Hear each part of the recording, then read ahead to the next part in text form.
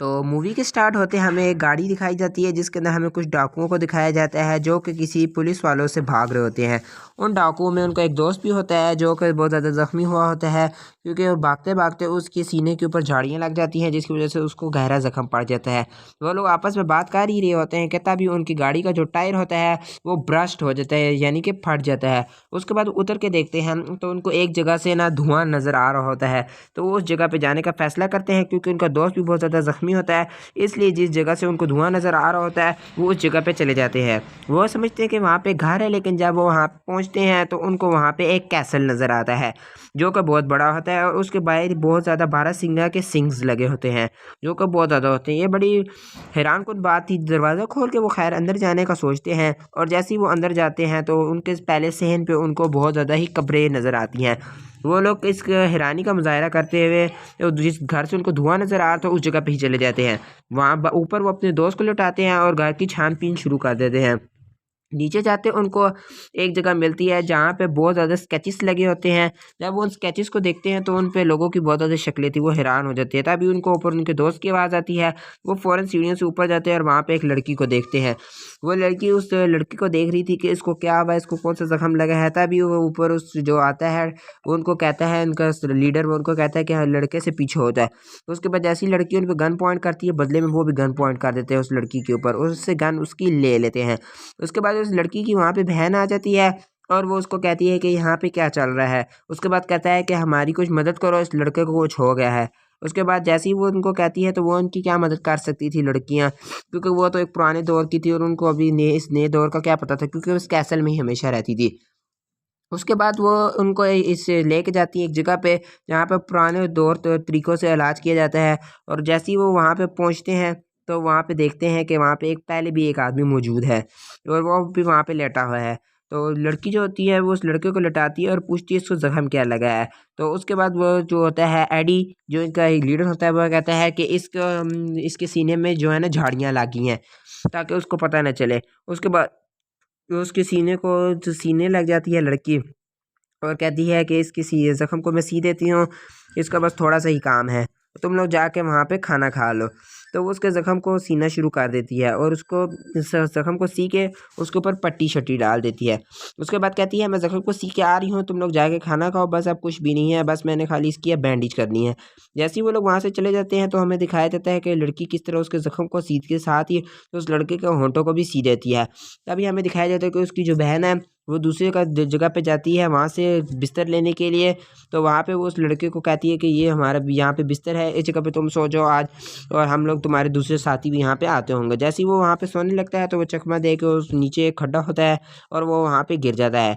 इसके बाद वो उस खड्डे को वहाँ पे ऊपर से बंद कर देते हैं और वो लड़का अंदर ही रह जाता है। इसके बाद मूवी का सीन हमें दिखाया जाता है कि जो लड़का है वो अंदर बहुत ज़्यादा शोर मचा रहा है और जो उसके दोस्त है और उसका जो दोस्त का भाई है वो एक खाने में बैठे होते हैं जहाँ पे लंच उन्होंने करना था। वहाँ पे उनकी तीसरी बहन आती है जो कि गूंगी होती है और उनको बस देखी जा रही होती है। तो वो लड़की से पूछते हैं कि इसको क्या है, वो कहती है ये गूंगी है। उसके बाद वो खाना खाना शुरू कर देते हैं और खाना खाते वक्त तो लड़का बोलता है ये मीट का टेस्ट बहुत ज़्यादा चेंज है, ये कौन से खाने का जानवर है, किस जानवर का गोश्त है। उसके बाद वो लड़की आगे से कुछ नहीं बोलती तो लड़का चुप करके खाना खाना शुरू कर देता है। उसके बाद जो उनका मेन लीडर होता है एडी, वो कहता है कि मैं जाकर अपने दोस्त को भी देखता हूँ, उसको भी खाना खिलाओ जिसके ज़ख्म है। लेकिन वो लड़की कहती है नहीं नहीं अभी तो वो हुआ है। इसके बाद वो लड़का एडी वहाँ से चला जाता है अपने दोस्त को देखने के लिए और जैसे ही वो वहाँ पे जाता है तो देखता है उसके दोस्त के सीने के ऊपर स्टैप हुआ है एक वुड और वो वहाँ पे मर चुके हैं। उसके खून के कतरे नीचे गिरे हैं और वो वहाँ पे मर चुका होता है। इसके बाद उस लड़के को सब कुछ पता चल जाता है। तभी वो वहाँ से आगे जाता है कि उसको एक घुर्राने की आवाज़ आती है किसी जानवर की। तो वो फटाफट वहाँ पे देखता है तो वहाँ पे उसको कोई भी नज़र नहीं आता, लेकिन सिर्फ घुर्राने की आवाज़ आ रही होती है। तो वो अपने हाथ में पिस्टल निकालता है और जिस जगह से घुर्राने की आवाज़ आती है वहाँ पे जाता है और उस बूढ़े आदमी को देखता है कि उसके पाँव के ऊपर जंजीरें बंधी हुई हैं। उस बूढ़े आदमी को वहाँ से निकालने की कोशिश करते, जंजीरें तोड़ता है, जबकि बूढ़ा आदमी उसके साथ जाने की ज़िद भी नहीं करता। इसके बाद हमें दिखाया जाता है कि जैसे ही लड़का उसको बाहर लेके जाता है उसके पाँव के साथ एक और जंजीर बंधी होती है और वो जंजीर उसको अंदर खींच लेती है और उसके बाद सारी कहानी का गेम ख़त्म हो जाता है। यानी कि अब वो आदमी मर चुका है और सिर्फ हमें वहाँ पे उसकी चिल्लाने की आवाज़ें सुनाई देती हैं। उसके बाद एडी बहुत ज़्यादा परेशान हो जाता है और वो फटाफट उधर भागता है। इससे पहले कि हम एडी कुछ कर पाए, हमें उसके दूसरे साथी का सीन दिखाया जाता है जो कि खड्डे में गिरा था, और वो जैसे ही वहाँ पे लाइटर ऑन करता है तो उसको वहाँ पे बहुत ज़्यादा कंकाल नज़र आते हैं, जिसके बाद वो बहुत ज़्यादा घबरा जाता है। और उसके बाद हमें एडी का सीन दिखाया जाता है कि एडी उस लड़की के पास जाता है, उसको कहता है कि वो आदमी मर चुका है और वो मेरा भाई भी मर चुका है, जिसके बाद वो बहुत ज़्यादा टेंशन में पड़ जाते हैं कि अब हम क्या करेंगे। जैसे ही वो लड़की सुनती है तो बहुत ज़्यादा अपसेट हो जाती है, जैसे कि उसका कोई बहुत करीबी मर चुका हो। तो हमें पता चलता है कि वो उसके डैड थे। इसके बाद जो हमें दिखाया जाता है कि जो इनका इस एडी का भाई होता है, वो जैसे ही जाता है एक जगह पे फार्म हाउस में देखने के लिए कि मेरे भाई लोग कहाँ पे गए हैं, तो हमें वहाँ पे दिखाया जाता है कि जो उनकी दूसरी बहन होती है वो उसको डंडा मारती है और उसको बेहोश कर देती है। उसके बाद हमें दिखाया जाता है कि एडी का भाई एक जगह पे लटका है और उसका खून नीचे गिर रहा है। खून नीचे गिरने के फर्श पे गिरने के बजाय एक बाल्टी के अंदर गिर रहा होता है, जिसके अंदर खून उसका जमा हो रहा होता है। और हमें दिखाया जाता है जो उनका डैड मरा था उन लड़कियों का, वो वहाँ पे जाती हैं और उसके लिए प्रे करना शुरू कर देती हैं और उसकी आंखों पे हाथ रखती है और उसके लिए प्रे करती है। जिसके बाद हमें दिखाया जाता है कि जो पीछे आदमी मरा था वो दोबारा जिंदा हो जाता है और उसके पीछे मारने के लिए आ रहा होता है। लेकिन जो लड़की होती है वो भी बहुत ज़्यादा तेज़ होती है। वो अपने हाथ में एक कुल्हाड़ी पकड़ती है और कुल्हाड़ी पकड़ के साथ ही उस बंदे का सर खोपड़ी से उड़ा देती है, जैसे कि उसको सब कुछ पता था।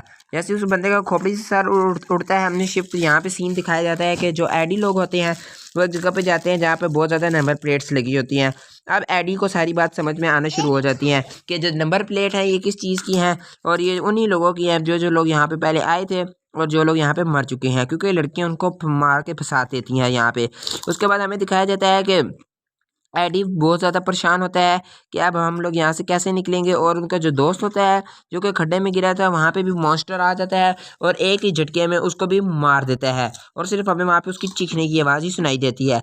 उसके बाद सीन शिफ्ट हो जाता है उस एडी के भाई के ऊपर, जो कि वहाँ पे उल्टा लटका था। तभी वो लड़की आती है और उसको उसका स्केच बनाती दिखाती है। अब यहाँ पे हमें एक और बात समझ में आती है कि जो लड़की है ये उन लोगों का स्केच बनाती है जो यहाँ पे आते हैं और जो यहाँ पे मर जाते हैं, क्योंकि उस कमरे में भी हमें उन्हीं का स्केच दिखाई दिया गया था। इसके बाद लड़की वहाँ से चली जाती है और क्योंकि वहाँ पे मॉन्स्टर आ जाता है और लड़की वहाँ से भाग जाती है फटाफट। उसके बाद मॉन्स्टर आके एडी के भाई के ऊपर चढ़ जाता है और उसको मारना शुरू कर देता है। ये बात सुनकर तो एडी वहाँ पे फटाफट आ जाता है अपने भाई की आवाज़ सुन के और मॉन्स्टर के ऊपर धुआंधार फायरिंग शुरू कर देता है। मॉन्स्टर के ऊपर जैसी फायरिंग होती है तो हमें यहाँ पे पहली बार मॉन्स्टर का फेस भी दिखाया जाता है कि मॉन्स्टर असल में दिखता कैसे है। वो कोई मॉन्स्टर नहीं बल्कि एक वैम्पायर था जो कि यहाँ पे हमें बहुत साल पहले से रह रहा था। उसको भगाने के बाद एडी अपने भाई को उतारता है और उसका बहुत ज़्यादा खून निकल रहा था। ये सब देख के वहाँ पे लड़कियाँ आ जाती हैं एडी के भाई को मारने के लिए, लेकिन एडी उनके मुकाबला करता है और उनको वहाँ से फेंकता है और जो लड़की होती है उसके फेंकने के चक्कर में उसके पेट में सरिया घुस जाता है, जिसके बाद वो लड़की वहाँ पर मर जाती है। उसके बाद हमें दिखाया जाता है कि एडी अपने भाई को उठाता है और पुराने उसी वेयर हाउस पर भाग जाता है जहाँ पे उसके भाई का पहले इलाज चल रहा था दूसरे दोस्त का। उसके बाद जैसे ही एडी अपने भाई का इलाज करना शुरू कर देता है तो वो अपने भाई को कहता है कि मैं अब उस वैम्पायर को मार के ही रहूँगा, मेरे पास बहुत ज़्यादा वेपन्स भी हैं तो मुझे डरने की कोई ज़रूरत नहीं है। लेकिन जैसे ही वो उससे बात कर रहा होता है वहाँ पे लड़कियाँ फ़ौरन से आ जाती हैं एडी के भाई को मारने के लिए। एडी का भाई उसमें बुलेट्स लोड करता है और कहते हैं इस मेरे भाई से पीछे हो जाओ, लेकिन लड़कियाँ एक्स उठाती हैं और उसके भाई को मारने के लिए आ जाती हैं। एडी उनको पीछे करता है, लड़कियाँ कहती हैं कि अपने भाई को मार दो, इसको वैम्पायर ने काट लिया है, अब कोई फ़ायदा नहीं है, ये भी कुछ देर के अंदर वैम्पायर में बन जाएगा। लेकिन एडी उनकी बात नहीं सुनता। जब एडी उनकी बिल्कुल बात नहीं सुन रहा होता तो लड़की उसको अपने बताती हैं कि जो तुमने बाहर कब्रें देखी हैं वो उन्हीं लोगों की हैं जिनको वैम्पायर ने मारा है, वो सब हमारे कबाइल के ही थे और तुम्हें भी अपने भाई को मारना होगा, वरना वो जो है ना वैम्पायर वो हम सबको मार देगा। तुम्हें क्या नहीं लगता कि हमने उनको मारने की कोशिश नहीं की होगी? हमने सब ट्राई किए हैं लेकिन वो वैम्पायर नहीं मरता। ये सुन के एडी बहुत ज़्यादा सोच में पड़ जाता है। लड़की उसको सब कुछ समझा रही होती है लेकिन एडी कहाँ सुनने वाला था। उसके बाद हमें दिखाया जाता है कि जो लड़की होती है वो उसको अपना सारा किस्सा बता देती है कि कैसे इस वैम्पायर ने हमारे कबाइल के लोगों को मारा और जो कब्रें तुमने बाहर देखी वो भी हमारे सारे कबाइल की थी।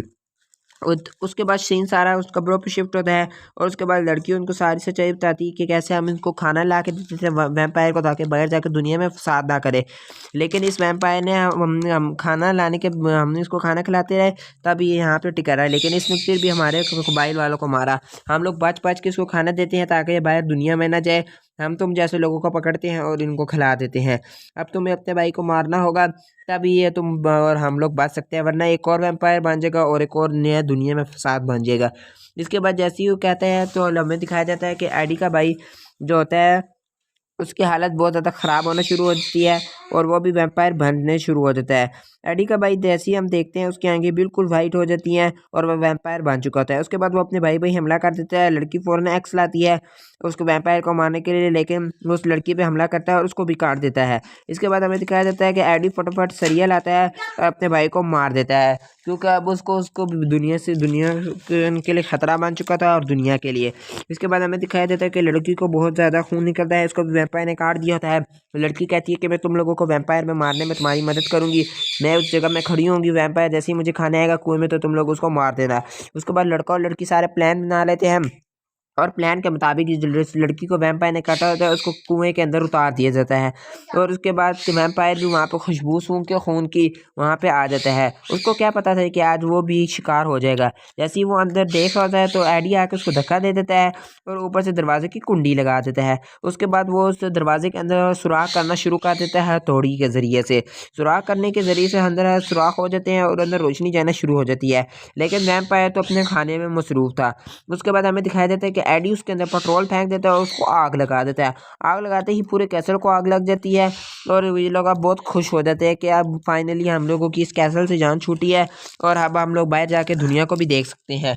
लेकिन जैसे ही वो लोग बाहर जा रहे होते हैं तो जो लड़की होती है वो देखती है कि एडी के ऊपर भी वैम्पायर के काटने के निशान हैं और अब उसको मारना होगा। उसके बाद हमें दिखाया जाता है कि जो लड़की होती है उसकी ड्यूटी अभी ख़त्म नहीं हुई होती, उसको मारना होगा, उसके बाद ही वो यहाँ से जा सकती है। वो कैसल का दरवाज़ा बंद कर देती है और इसके साथ मूवी की यहाँ पे एंडिंग हो जाती है। Thanks for watching, bye.